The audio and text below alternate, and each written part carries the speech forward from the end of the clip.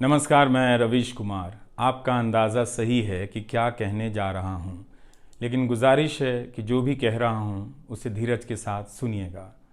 भारत की पत्रकारिता में स्वर्ण युग तो कभी था भी नहीं, लेकिन आज के दौर की तरह भस्म युग भी नहीं था।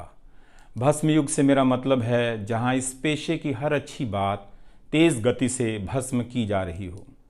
यह दिन भी आना ही था। इस देश में अलग अलग नाम वाले अनेक चैनल हो गए हैं, मगर सब हैं तो गोदी मीडिया ही। उसका परिवेश, उसका इकोसिस्टम, पत्रकारिता का और माहौल सब खत्म कर दिया गया है। मगर पत्रकारिता करने और कराने का दावा भी सब कर रहे हैं। खासकर वो भी कर रहे हैं जो उसी सत्ता का हिस्सा माने जाते हैं, उसी के रूप में देखे जाते हैं, जिसकी ताकत से हर दिन पत्रकारिता इस देश में कुचली जा रही है। जब वो कहे कि वह उच्च स्तरीय पत्रकारिता करना चाहता है, तब ऐसा दावा करने वालों को ज़रा संदेह की निगाह से देखिए। गोदी मीडिया और सरकार भी पत्रकारिता का अपना मतलब आपके ऊपर थोपना चाहती है। अगर इसका मतलब किसी भी रूप में वही है, तब आप एक बार फिर से झांसे में आने वाले हैं।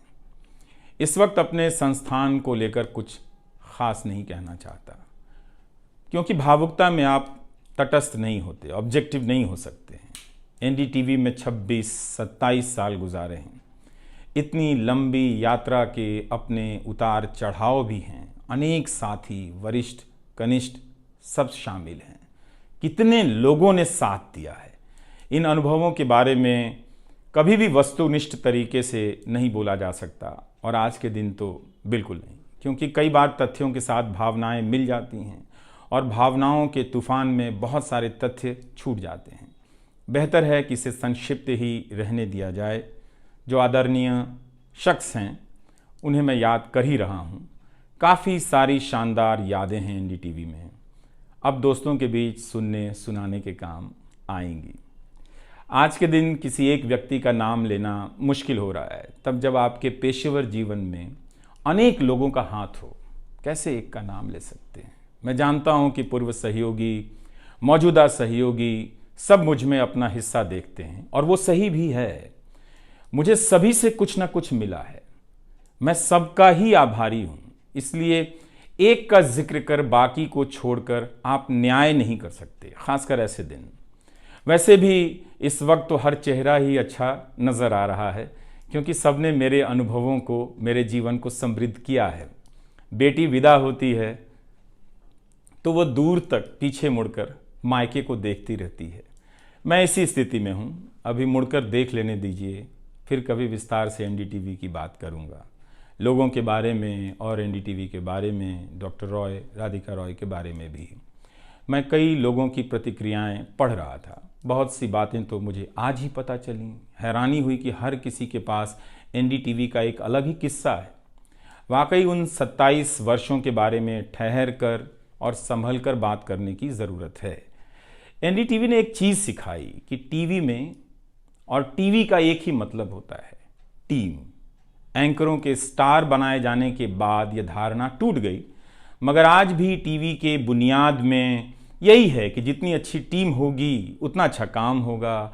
अभी इस बात को यहीं रहने देता हूँ, कभी किसी और वक्त के लिए, तब जब आप भावुक ना हों, तब जब मैं भावुक ना हूँ कि एनडीटीवी छूट रहा है। अगस्त 1996 में एनडीटीवी से औपचारिक रूप से जुड़ा था। अगस्त 1996 में ट्रांसलेटर के रूप में, अनुवादक के रूप में। लेकिन उसके पहले कई महीनों तक मैं यहाँ चिट्ठियाँ छांटता रहा। बोरे में चिट्ठियाँ आती थीं और मेरे पास रख दी जाती थीं। तब दर्शक पोस्ट बॉक्स में चिट्ठियाँ भेजा करते थे। देश भर से दर्शक अपने हाथों से अलग अलग कार्यक्रमों के एंकरों को लिखा करते थे।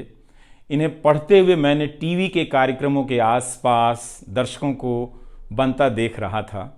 मेरा काम था उनकी बारीक नज़र से लिखी गई चिट्ठियों पर रिपोर्ट बनाना और एंकरों या कार्यक्रम के प्रोड्यूसर को सौंप देना। दिहाड़ी का काम था, उसी के हिसाब से मजदूरी मिलती थी, पैसे मिलते थे। मेरी ज़िंदगी में यह काम आज भी जारी है। आज भी आप मुझे सैकड़ों की संख्या में मैसेज लिखते हैं, हाथ से लिखी चिट्ठियां भी आती हैं, बहुत अच्छी लिखावट में। मैं ज़्यादातर मैसेज पढ़ता भी हूँ और सभी के नहीं तो बहुतों के जवाब देने की कोशिश करता हूँ। कई बार तो अपनी निराशा भी आपसे साझा कर देता हूँ। मैं आपके बीच आकर अपने मन का भाव नहीं छिपाता, क्योंकि मैं आपके बीच बताने के लिए आता हूँ। अगर खुद को ही छिपाने लगा तो वो पूरा बताना नहीं होता है।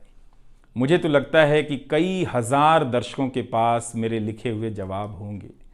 उंगलियों में दर्द रहने के कारण इन दिनों जवाब देना कम कर दिया है।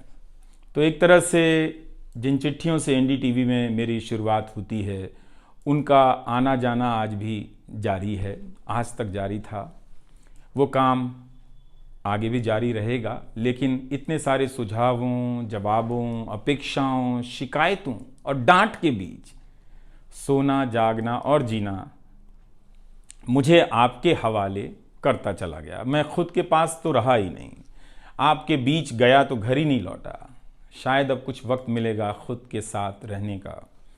आज की शाम एक ऐसी शाम है जहां चिड़िया को उसका घोंसला नज़र नहीं आ रहा, क्योंकि कोई और उसका घोंसला ले गया है, मगर उसके सामने थक जाने तक एक खुला आसमान ज़रूर नज़र आ रहा है। तो खैर, उसके बाद अनुवादक बना और कई पत्रकारों की रिपोर्ट का अंग्रेज़ी से हिंदी में अनुवाद करता रहा।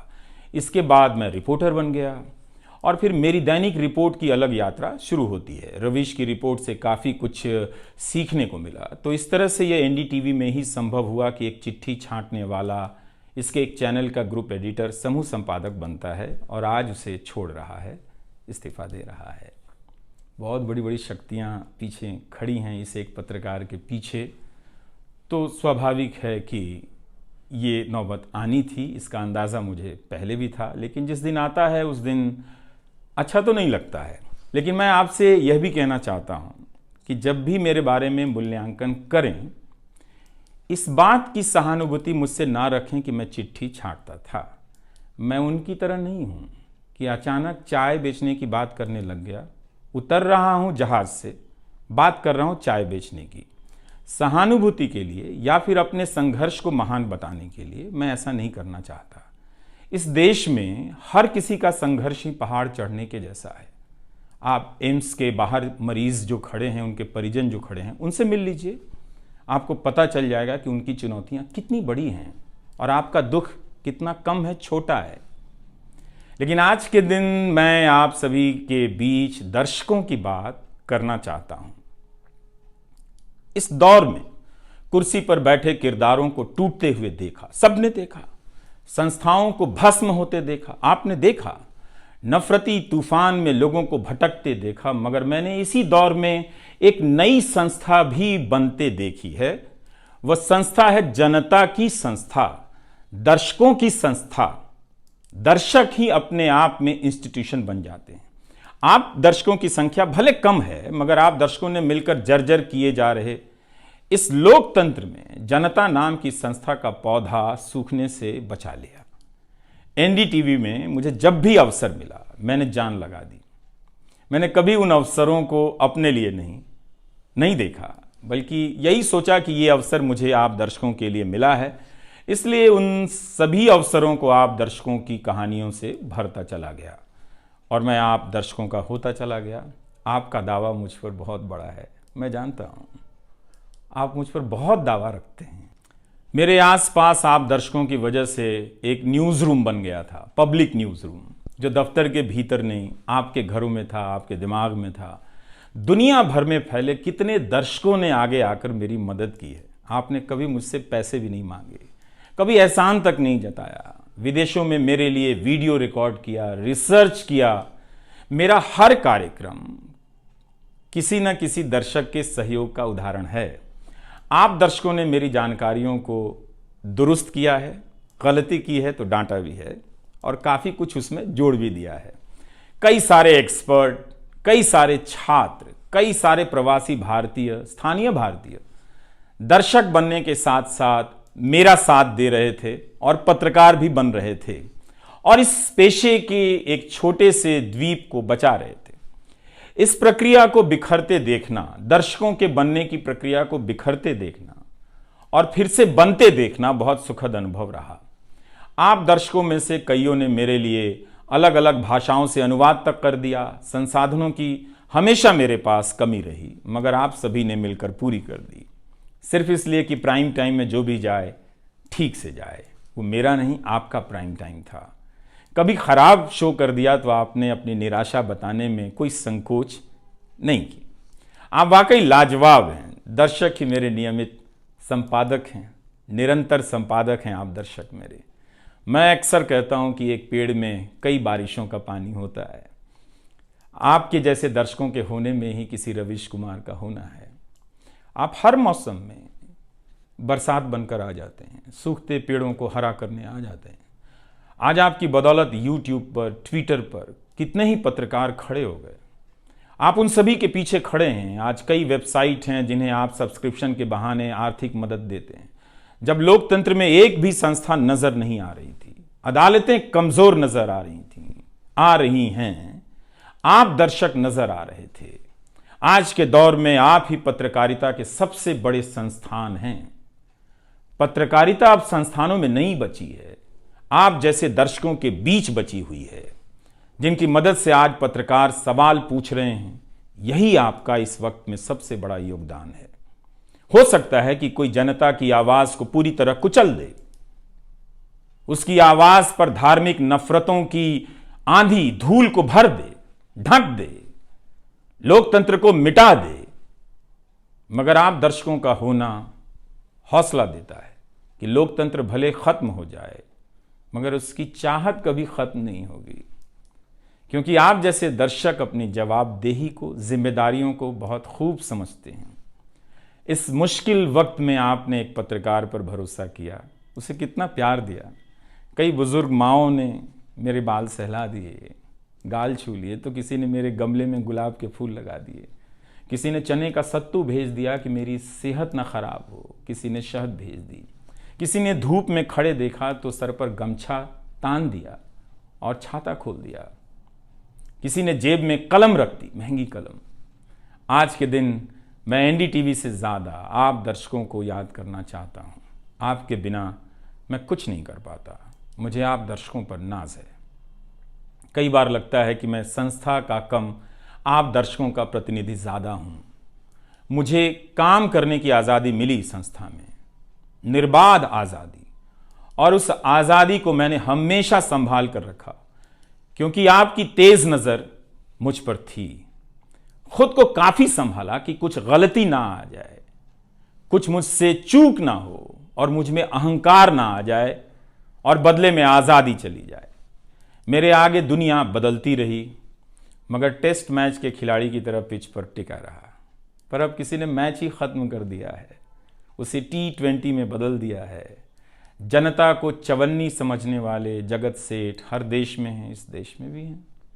अगर वो दावा करें कि आप तक सही सूचनाएं पहुंचाना चाहते हैं, तो इसका मतलब है कि डॉलर अपनी जेब में रखकर आपकी जेब में चवन्नी डालना चाहते हैं। पत्रकार एक खबर लिख दे तो जगत सेठ मुकदमा कर देते हैं और फिर सत्संग में आकर प्रवचन भी देते हैं कि वे पत्रकारिता का भला चाहते हैं। आप दर्शक इतना तो अपना भला समझते होंगे। इसलिए आज मैं अपने संस्थान से ज़्यादा आप दर्शकों को याद करना चाहता हूं। मुझे हमेशा लगता था कि हिंदी का पत्रकार छत क्यों नहीं छू पाता है। ऐसा क्यों है? हिंदी पत्रकारिता के कई श्रेष्ठ संपादकों, पत्रकारों के कार्यों पर निगाह रहती थी, उनकी गहराई हैरान करती थी। फिर भी लगता था कि उनकी बात जमाने तक ठीक से नहीं पहुंची, पेशे के भीतर उन्हें उनकी जगह नहीं दी गई। पत्रकारिता का मतलब अंग्रेजी का पत्रकार होना हो गया। इसके कुछ ठोस कारण भी हैं, उनमें विस्तार से जाने का समय नहीं है, लेकिन तब भी हिंदी के जुझारू पत्रकार आसमान क्यों नहीं छू सकते हैं, यह बात कचोटती रही। इन सब बातों ने मेरे व्यवहार में काफ़ी बदलाव कर दिए। भाषा को संयमित किया, मर्यादित किया, ताकि हिंदी का प्रभाव कम ना हो। बहुत सजगता से अपना काम इस तरह से किया कि लोगों को, देश के किसी भी हिस्से के लोगों को मेरी हिंदी से प्यार हो जाए। मेरी मातृभाषा हिंदी नहीं है, भोजपुरी है। भोजपुरी गांव है मेरे लिए। हिंदी मेरे लिए भाषा का वो शहर है, पहला शहर, जहां मैं गांव से शहर आया था, लेकिन मुझे भारत के हर राज्य के दर्शकों से प्यार मिला है। हिंदी प्रदेशों की कुंठित राजनीति ने हिंदी को हथियार बना दिया। इससे हुआ कुछ नहीं, हिंदी को लेकर कुंठाएं ही बढ़ती चली गईं, किसी का भला नहीं हुआ। मैं उन सभी गैर हिंदी भाषी पत्रकारों, सामाजिक कार्यकर्ताओं, विद्वानों का शुक्रिया अदा करना चाहता हूं, जिन्होंने मेरी हिंदी को समृद्ध किया, जिन्होंने मेरे लिखे हुए का अपनी भाषा में अनुवाद किया और अपनी भाषा में लिखी हुई जानकारियों का मेरे लिए अनुवाद कर दिया मुफ्त में। कई बार लगता था कि अलग अलग डिब्बे जुड़ते जा रहे हैं और रेल बनती जा रही है। उर्दू, मलयालम, तमिल, कन्नड़ा, पंजाबी, गुजराती, मारवाड़ी, बंगाली, मराठी भाषा के पत्रकारों ने कितना कुछ जोड़ा है। यह बात कहीं हिंदी बनाम अंग्रेजी की तरफ ना मुड़ जाए, इसलिए कहना जरूरी है कि अंग्रेजी भाषा में लिखने वाले विद्वानों और पत्रकारों ने मेरी खुलकर मदद की है, मेरे साथ बराबरी का व्यवहार किया। जो नहीं कर सके, ऐसे हैं, उनका क्या हिसाब करना, उनका क्या रोना, मगर जो बराबरी के साथ पेश आते रहे, उनका आभार व्यक्त करना चाहिए। उन सभी ने अपना श्रेष्ठ मुझसे साझा किया, किताबें दी, अवसर बताए, मेरे लेख का अनुवाद तक कर दिया, ज्यादा लोगों तक पहुंचा दिया। मेरे जीवन में इतिहास के मेरे शिक्षकों का बहुत योगदान है। मेरे शिक्षक मेरी जान है। मैं चाहता हूं कि आप मेरे जरिए मेरे पीछे खड़े अनगिनत लोगों के बारे में जानें, उन्हें भी देखें। और दोस्तों को कौन भूल सकता है, बहुत अच्छे अच्छे दोस्त मिले, कम मिले लेकिन मिले। आप जनता के बीच जाने के तमाम अवसर मेरे लिए बहुत खास हैं। तमाम आंदोलनों को कवर करने गया, आपके बीच जाते ही जो चीज़ खास नज़र आती थी वो है एक पत्रकार के प्रति आपका विश्वास, आपकी समझ। आप लोगों से मैं घिर जाता था, आपके भीतर कितना कुछ बहने लग जाता था, जिसे एक राज्य को सुनना चाहिए, जिसे सुनाने के लिए पत्रकार से अच्छा कोई जरिया नहीं। मुझे आपके बीच आकर हमेशा लगा कि आप सरकार को कैसे देखते हैं, और मैं उस नजर से सरकार को देखने लगा। इसी का भरोसा है कि आपकी सक्रियता में ही भारत का लोकतंत्र धड़कता है। शाहीन बाग और किसान आंदोलन की जिद में मुझे सूरज की रोशनी दिखाई देती है। आपको जनता बनते हुए देखा है। मेरा विश्वास गहरा होता चला है कि तंत्र भले खत्म हो जाए, लेकिन जनता के बीच जन बचा हुआ है। एक दिन यही जन आज से बेहतर तंत्र बना लेगा।